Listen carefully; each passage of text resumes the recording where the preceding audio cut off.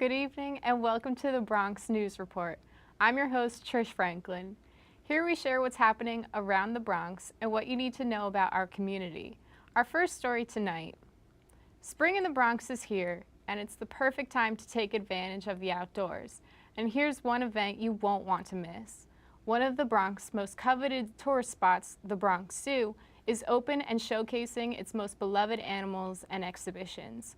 April is Earth Month, and the Bronx Zoo is celebrating a healthy planet and all its inhabitants with special events and exhibitions all month. Coming up on April 30th, the Bronx Zoo will be holding one of its most popular annual events, the Run for the Wild, a 5K for runners and families in support of the Wildlife Conservation Society, whose goal it is to inspire people to value nature and wildlife on a global scale. Presented by Con Edison, registration includes free zoo admission, a silent disco, rock wall climbing, face painting, and tons of perks and prizes. This event is open to all ages and is perfect for individual runners, teams, and families looking to run for a great cause. Proceeds from the Run for the Wild will go toward the Wildlife Conservation Society and their efforts in protecting animals and their habitats all over the globe.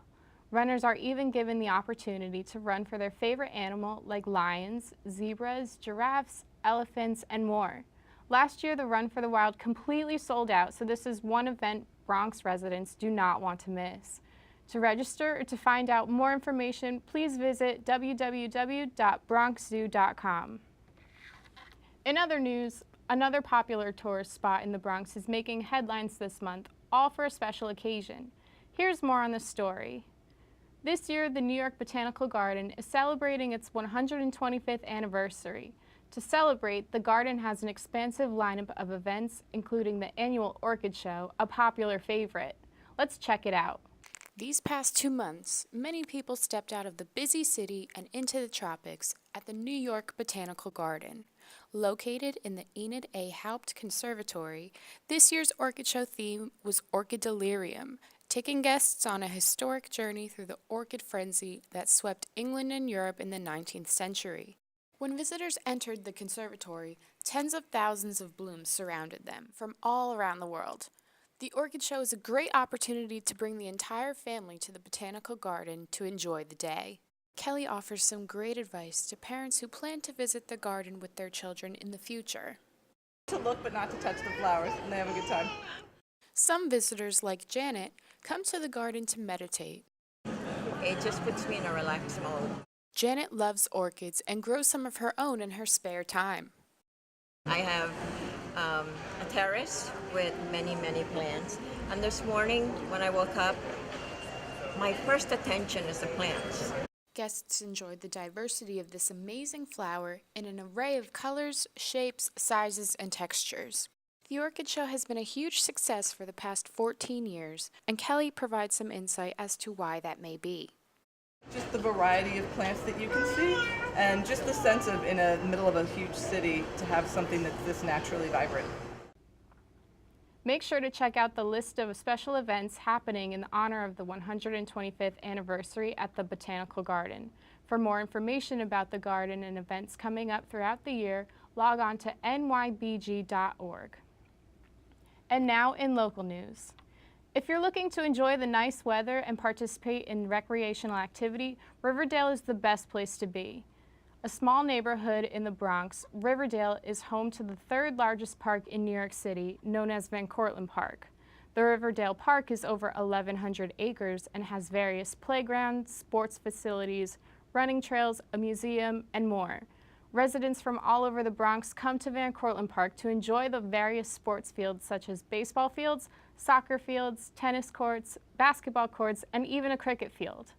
Dog owners and runners also frequent the park because of its expansive walking trails. Across from Van Cortlandt Park is Gaelic Park, a multi-purpose outdoor athletic facility frequently used by Gaelic soccer teams and the Manhattan College Athletics Department. Be sure to check out Riverdale for some of the borough's best walking trails and fields. In more local news, Manhattan College, located in Riverdale, is well known for their academics and athletics. However, the arts are taking over the college campus this week. Here's more on the story. MC Players, the theater group on the Manhattan College campus, put on a performance of Little Women the musical this weekend. The show is adapted from the novel by Louisa May Alcott. Following the life of the March Sisters, Little Women is a timeless story of personal discovery, hope, heartache, and love. The frontrunner of the story, Jo March, embodies the modern-day feminist. Joanne Mullooly, who plays Jo March, has more on her character. My name is Joanne Mullooly, and I play Jo in Little Women, the musical, which is happening this weekend in Smith Auditorium. Jo is an amazing character, an amazing human being. She's one of the 4 March sisters. So the play takes place in the 1860s during the Civil War. The March sisters' father is off at war, and they're just at home with their mother. Jo dreams of being a famous writer, traveling to Europe, being successful, making her own money. She's probably one of the first feminists in literature, and one of the first feminists I was ever exposed to as a kid. While her sisters dream of getting married and attending balls and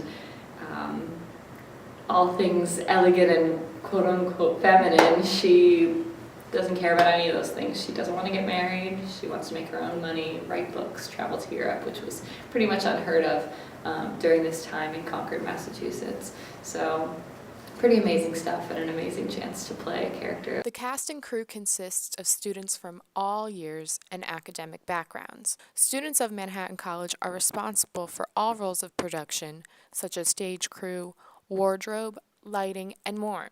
According to Joanne, there is a role for everyone. Players is an amazing organization on campus. They're constantly putting something together, whether it's the fall play main stage or the spring musical main stage. Those are just 2, and I think those are the 2 that people really know about, but there's always something going on. The music from the show is incredible, and the character is incredible, and so I just knew that this was something I needed to do right before graduation. To find out more information about upcoming auditions as well as performances, please check out the MC Players on Facebook, Instagram, and Twitter, as well as www.manhattan.edu. Well, that's all for tonight. We hope you enjoyed our program. For Bronx News Report, I'm Trish Franklin. Have a great evening.